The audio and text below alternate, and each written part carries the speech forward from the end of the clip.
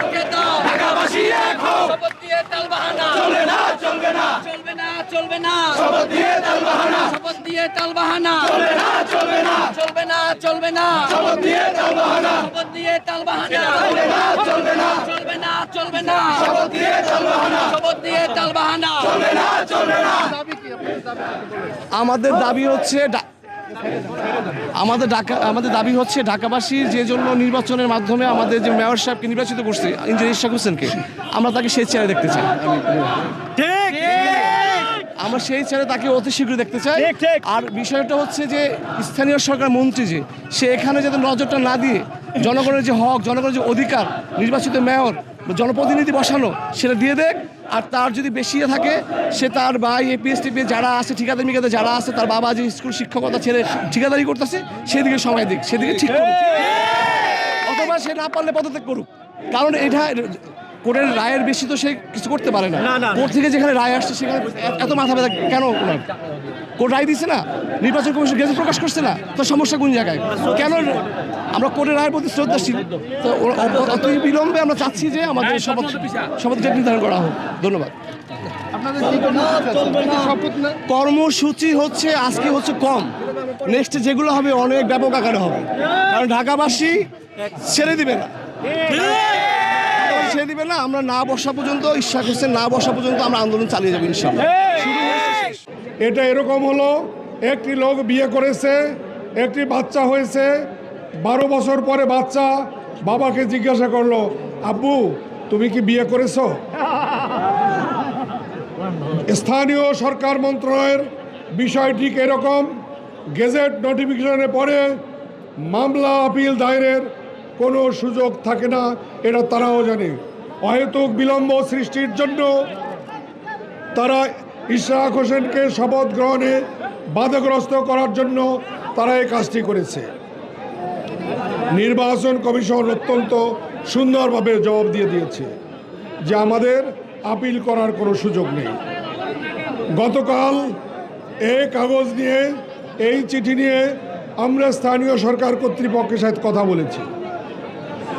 আমরা বলেছি আপনাদের কিছু করণীয় নাই, আপনারা এখন জনতার মেয়র ইঞ্জিনিয়ার ইশরাক হোসেনকে মেয়র হিসাবে শপথ বাক্য পাঠ করানোর ব্যবস্থা নিন। উনি বলেছেন আমাকে জানাবেন, জানাননি, তার মানে ওনারা শপথ বাক্য পাঠ করাতে গড়িমসি করছেন। কিভাবে শপথ বাক্য পাঠ করাতে হয় এরকম ক্ষমতা তো শেখ হাসিনাও ছাড়তে চায়নি।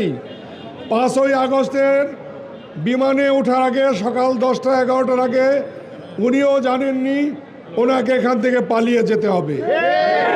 হাসিনার মতো ফ্যাসিস্ট যদি পালিয়ে যেতে পারে, চুনোপুটিরা পালিয়ে যাওয়া কোনো ঘটনা না। জনগণের ম্যান্ডেট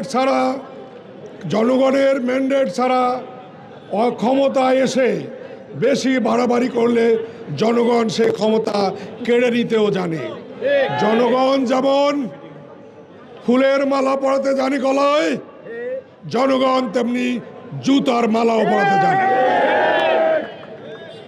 আপনার বিরুদ্ধে অনেক অভিযোগ রয়েছে, দুর্নীতির অভিযোগ রয়েছে। স্থানীয় সরকার উপদেষ্টা এর আগে বাংলাদেশে 1991 সালে, 1996 সালে, 2001 সালে, 2008 সালে তত্ত্বাবধায়ক সরকার গঠিত হয়েছে। কোনো উপদেষ্টার নামে অর্থনৈতিক কেলেঙ্কারির কোনো অভিযোগ আমরা শুনিনি। কিন্তু এখন আকাশে বাতাসে ভেসে বেড়াচ্ছে আপনার গন্ধ। এত ছোট বয়সী যদি এত করেন তা বড় হইলে কি করবেন? আবার নেতৃত্ব দিতে চান, দেশ জাতির নেতৃত্ব।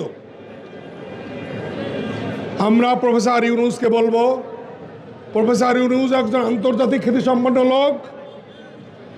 তার যেদিন জেল হয়েছে ফ্যাসিস্ট হাসিনার জেল থেকে, আদালত থেকে, আমরা সরকারি কর্মচারীরা কিন্তু সেই রায়ের বিরুদ্ধে বিবৃতি দিয়েছি। ডক্টর ইউনূসকে যেদিন খাঁচায় পড়া হয়েছে, আদালতে উঠানো হয়েছে খাঁচায় পুড়ে, সেদিনও আমরা কষ্ট পেয়েছি, বিবৃতি দিয়েছি।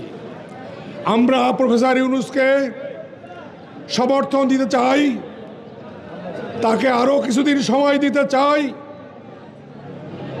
আন্তর্জাতিক খ্যাতিসম্পন্ন লোক, তিনি আরও কিছুদিন ক্ষমতায় থেকে কিছু যে সংস্কারগুলো না করলেই নয়, সেই সংস্কারগুলো করে তিনি জনতার ক্ষমতা জনতার হাতে ফেরত দিবেন। কিন্তু আপনার চারিপাশে যারা ঘুরঘুর করছে, ক্ষমতার মৌ খাচ্ছে, তারা কিন্তু নির্বাচন বিলম্বিতের নামে এই সংস্কার সেই সংস্কার, দালান সংস্কার, পুকুর সংস্কার, সব সংস্কার নিয়ে আসেন। এত ভাত দুধ দিয়া খায় না, এত ভাত দুধ দিয়া খায় না। জনগণের ক্ষমতা জনগণের কাছে ফিরাই দিতেই হবে।